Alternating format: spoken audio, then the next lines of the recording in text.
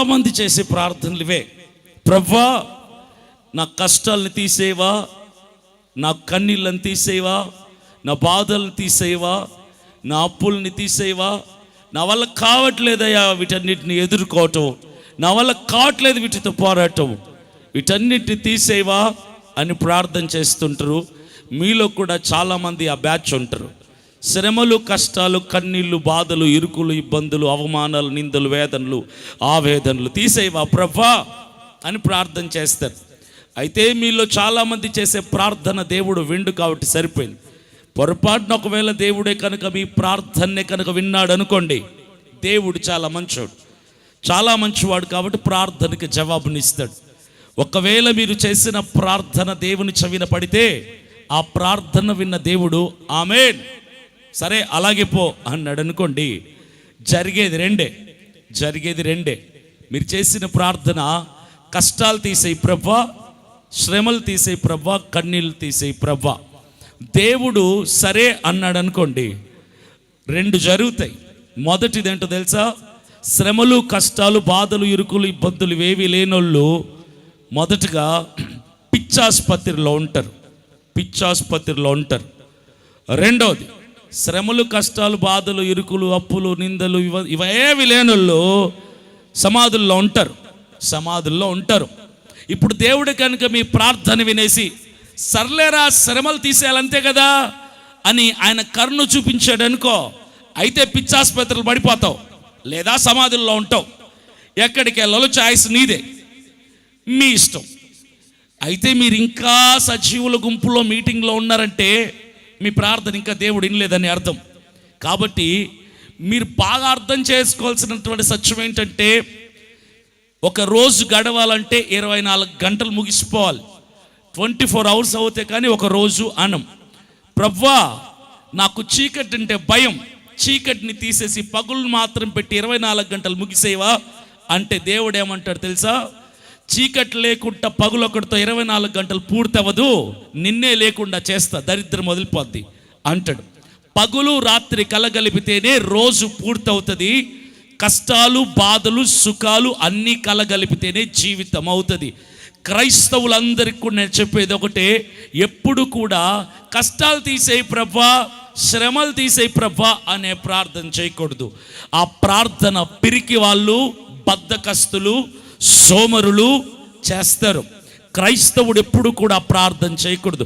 You have to change your prayer style. Change the prayer style. ప్రార్థన చేసే విధానాన్ని మార్చుకుంటే జీవితాలు ముందుకు చక్కగా సాగుతాయి. ప్రార్థన ఏమని చేయాలో తెలుసా? ప్రభువా నాకు శ్రమలు ఎక్కువైపోయాయి, అనారోగ్యం ఎక్కువైపోయింది, కష్టాలు ఎక్కువైపోయాయి, బాధలు, ఇరుకులు ఎక్కువైపోతున్నాయి ప్రభువా, భరించటం నాలో కావట్లేదు, నీ కృపను నాకు ఇస్తావా, నీ శక్తి చేత నన్ను నింపు ప్రభువా, నా శ్రమలన్నిటినీ నేను గెలవటానికి, వాటిని అధిగమించటానికి కావలసిన సమృద్ధి కృప నాకు ఇవ్వు. ఇది ప్రార్థన చేయాలి. You have to pray like this. పిరికి వాళ్ళలాగా ప్రార్థన చేయకూడదు. క్రైస్తవులు అంటే ఎవరో తెలుసా? సింహముల వంటి వారు. సింహం ఎప్పుడు కూడా ధైర్యంగా ఉంటుంది కానీ పిరికితనముతో వెనకడుగు వేయదు. క్రైస్తవులు ప్రార్థనలు ఎప్పుడు కూడా స్కిప్ అయ్యేలాగా, హైడ్ అయ్యేలాగా, తప్పించుకునేలాగా, ఎస్కేప్ అయ్యేలాగా ఉండకూడదు. దేవుణ్ణి ఏమడగాలి? ధైర్యం అడగాలి శ్రమల్ని ఎదుర్కోవటానికి. ఈ ప్రపంచంలో మనకు కనిపిస్తున్న సముద్రాలు, నదులు, చెరువులు చాలా ఉన్నాయి కదా. మీకు 2 రకాల చేపలు చెప్తాను. మొదటి రకం చేప ఫ్లోటింగ్తో పాటు ఈదుకుంటూ వెళ్ళిపోతుంది. ప్రవాహముతో పాటు, నీటి ప్రవాహముతో పాటు ఈదుకొని వెళ్ళిపోయే చేప. రెండో రకం చేప ప్రవాహానికి ఎదురు ఈదుతుంది. రెండో రకం చేప. మొదటి చేప ప్రవాహంతో పాటు ఈదుతుంది అంటే అర్థమేంటో తెలుసా? చచ్చిపోయిన చేప మాత్రమే ప్రవాహం ఎట్టెళ్తే, నీరెట్టెళ్తే నీటితో పాటు వెళ్ళిపోద్ది, దాన్ని కొట్టుకుపోవటం అంటారు. రెండో రకం చేప ప్రవాహం ఎటు వెళ్ళినా ఆ ప్రవాహానికి ఎదురుగా ఈదుతుంది, ఆపోజిట్ డైరెక్షన్లో ఈదుతుంది. దాన్ని సజీవంగా బ్రతికి ప్రాణంతో ఉన్న చేప అంటారు. క్రైస్తవులు చాలామంది బ్రతికి ఉండి కూడా చచ్చునోళ్ళలాగా బతికేస్తున్నారు.